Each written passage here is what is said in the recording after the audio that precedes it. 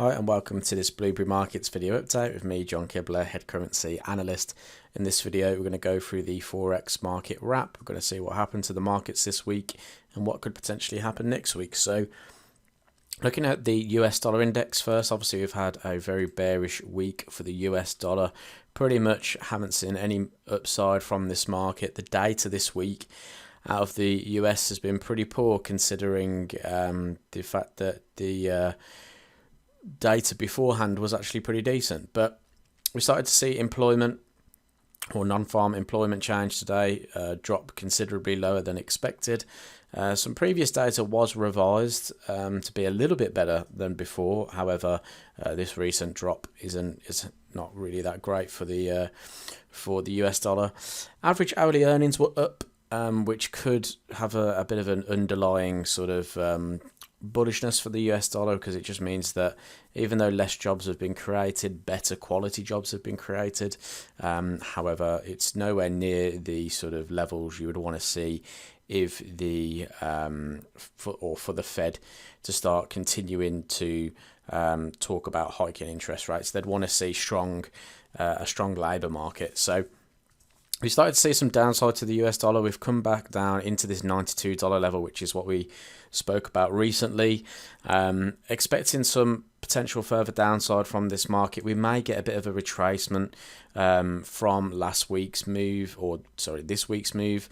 Going into next week, we may pull back up into sort of the previous lows around about sort of 92.70 before seeing any kind of continuation out of this market. But don't see much upside for the dollar at the moment, but we could see some short-term pullbacks.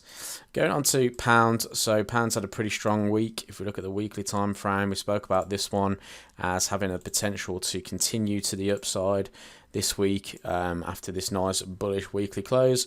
We broke out of last week's high, so we just marked that in. Last week's high was around about 137.80, and then if we go down to the daily time frame, we can see price breaking through this area over the past couple of days. So now that this daily time frame is starting to form a nice higher high pattern, I'd expect this to continue on a pullback.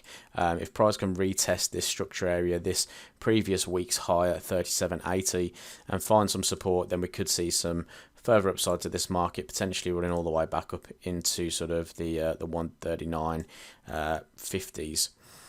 Going on to oil then, so this was one that we spoke about, the potential for this market to move higher. Weekly's closing bullish, monthly's looking pretty good for some upside.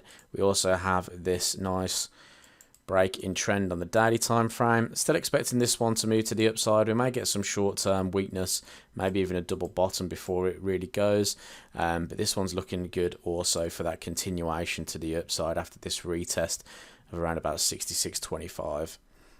Finally then, Aussie yen. Aussie yen we spoke about for the past couple of weeks now. We really liked Aussie yen for long opportunities because of this monthly time frame, the fact that we come back into these previous structure highs on the monthly, and now we've started to see some buyers. We've finally broken that monthly high going into this session. So that's a strong indication that we could see some further upside from this market. I would just like to see that pullback now, that higher low. Could we see price come back into sort of 80.30?